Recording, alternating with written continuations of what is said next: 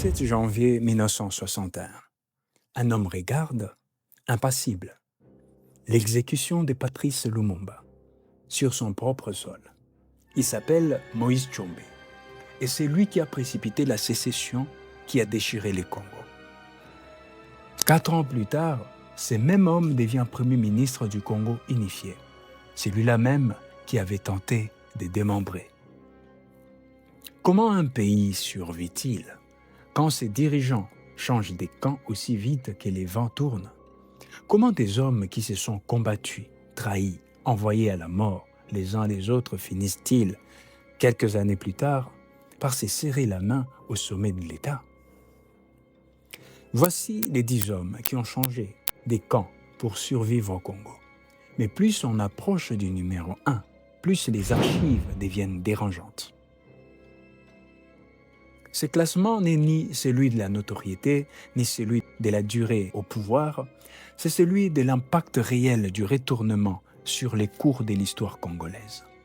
Plus une trahison ou un revirement a changé les destins du pays, plus son rang est élevé, ordre décroissant du numéro 10 au numéro 1, pour une intensité croissante jusqu'à la fin.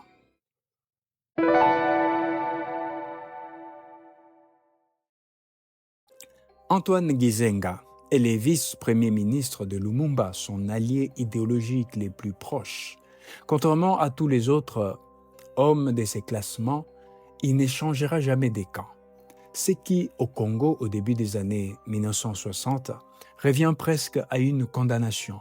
En 1961, il proclame à Stanleyville un gouvernement rival, fidèle à l'héritage de Lumumba. Il est emprisonné à Boulambemba, puis contraint à un exil qui durera 25 ans. Ce que peu savent, cette fidélité absolue, qui aurait dû l'effacer définitivement de l'histoire, devient 40 ans plus tard sa carte maîtresse. En 2006, c'est Joseph Kabila, le fils de l'homme qui a renversé Mobutu, qui les nomme Premier ministre.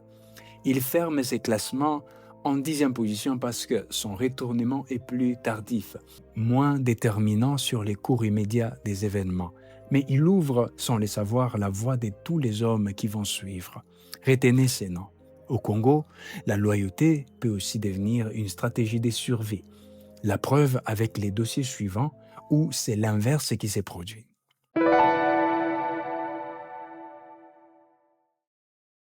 Étienne Tshisekedi est au milieu des années 1960, l'un des jeunes juristes les plus brillants du nouveau régime.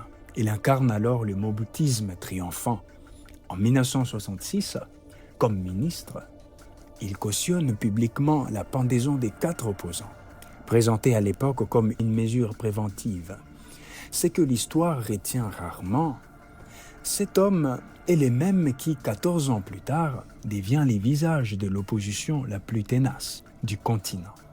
En novembre 1980, il signe la lettre des 13 parlementaires adressée à Mobutu, l'acte fondateur de l'IDPS. Il est placé en 9e position parce que son retournement, bien que total, s'étale sur plusieurs décennies plutôt que de se jouer en un instant décisif. Ce que Tshisekedi a mis 20 ans à accomplir, l'homme du dossier suivant l'a fait, puis défait 3 fois de suite.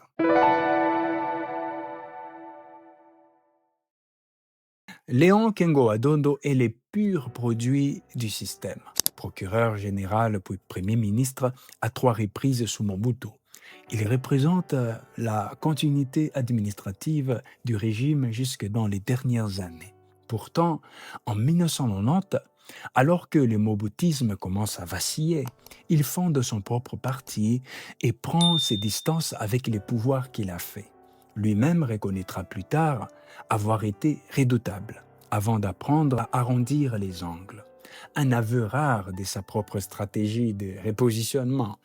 Il ira jusqu'à diriger les cabinets de guerre contre Kabila en 1997, avant de devenir président du Sénat sous ce même Kabila 10 ans plus tard. Il occupe la 8e place parce que sa bascule reste partielle. Il ne rejoint jamais vraiment un camp adverse. Il se contente de survivre à chaque changement de pouvoir. Kengo a survécu en s'adaptant sans jamais rien risquer. L'homme suivant, lui, a été condamné à mort 3 fois par les mêmes pouvoirs.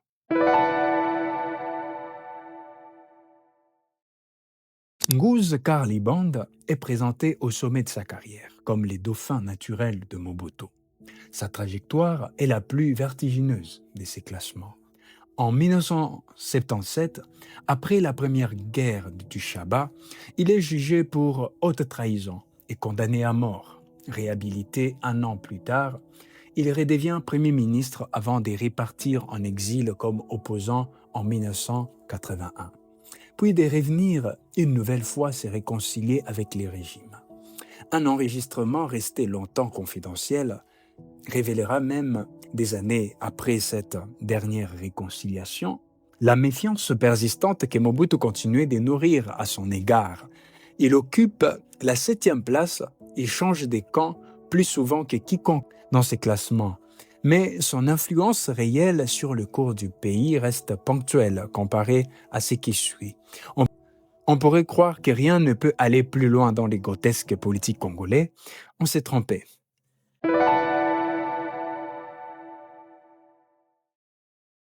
Christophe Mbenye est ministre de l'Intérieur sous Lumumba, l'un de ceux qui refusent la mainmise du groupe des Mbinza après 1960.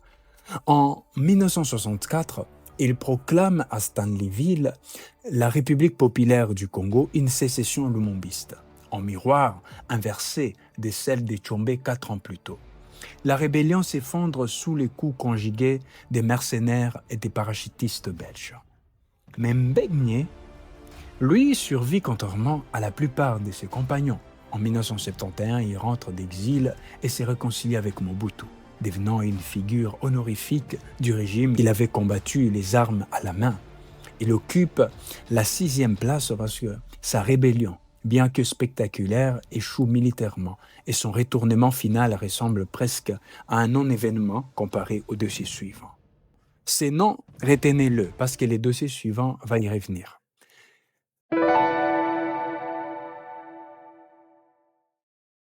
Cyril Adoula, syndicaliste, nationaliste, respecté et choisi en 1961 comme Premier ministre d'un gouvernement digne sur les papiers. Il incarne la réconciliation entre lumumbistes et groupe des Mbinza. En réalité, son gouvernement devient l'instrument de la marginalisation progressive des anciens compagnons de Lumumba. Gizenga et Mbenye en tête, Adoula n'a jamais officiellement changé de camp. Il a fait pire. Il a neutralisé son propre camp de l'intérieur sous couvert de modération. Il occupe la 5e place parce que son rôle est déterminant dans la consolidation du pouvoir pro-occidental entre 1961 et 1964. Sans pour autant marquer l'histoire postérieure aussi durablement que les 4 dossiers qui restent. Et pourtant, ce qu'a fait l'homme du dossier suivant rend cette manœuvre presque discrète.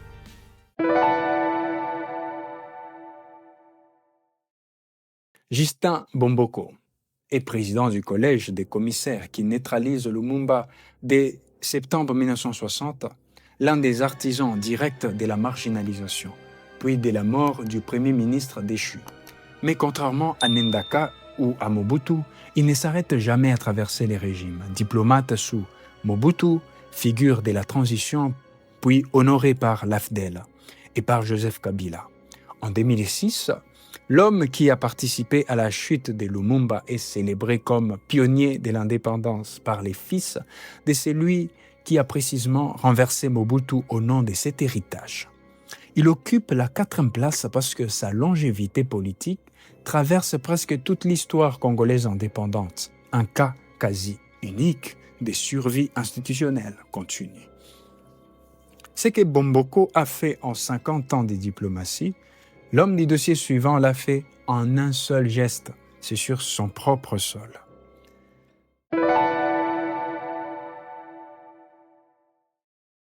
Moïse Tshombe, chef de la sécession katangaise, est l'homme qui a le plus activement combattu l'unité congolaise entre 1960 et 1963.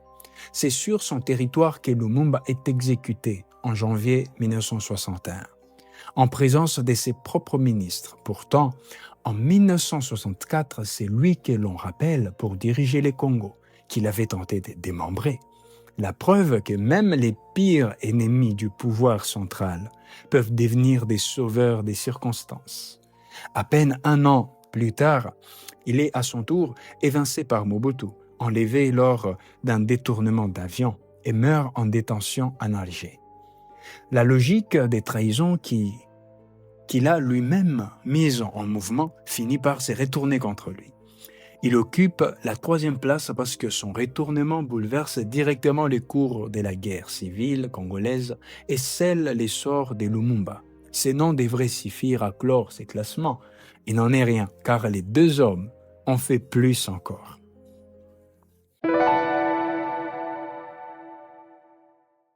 Victor Ndaka, vice-président du MNC Lumumba, présenté comme son bras droit politique, nommé chef de la Sûreté nationale par les nouveaux pouvoirs en octobre 1960. Il devient l'homme qui organise les coulisses, l'essor de son ancien chef. En janvier 1961, c'est lui qui orchestre les transferts de Lumumba vers Tisville puis Elisabethville, où il sera exécuté. Des années plus tard, on lui prêtera une rare admission indirecte d'un malaise persistant autour de ce dossier. Jamais un aveu complet, mais un silence qui, pour ceux qui l'ont côtoyé, en dit long. Il occupe la 2e place parce qu'il reste 25 ans durant. L'un des piliers du régime naît de cette trahison. La proximité et la durée de son rôle dans la mort de Lumumba n'ont d'équivalent que chez un seul autre homme. Et cet homme, c'est celui qui a tout déclenché.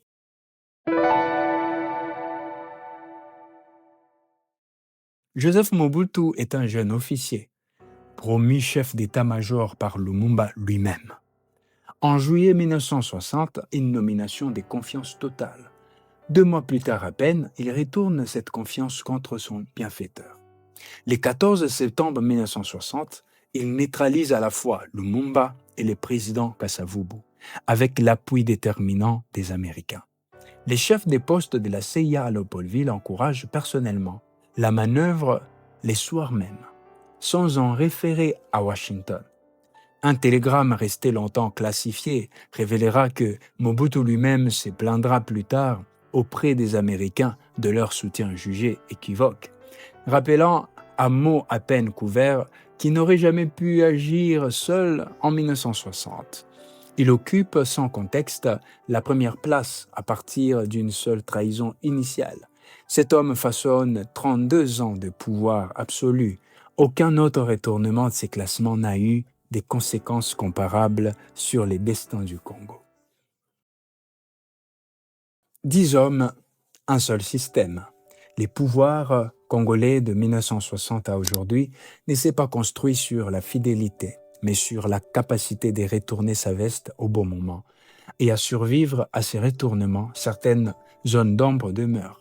Les motivations exactes de Mobutu en septembre 1960 restent débattues entre pression américaine et calcul personnel. Le silence de Ndaka sur son propre rôle n'a jamais été pleinement rompu. Et les dernières années de Tshombe en exil gardent une part des mystères que les archives belges et françaises n'ont pas encore totalement éclairés. Ce que le classement révèle en creux, c'est peut-être ceci.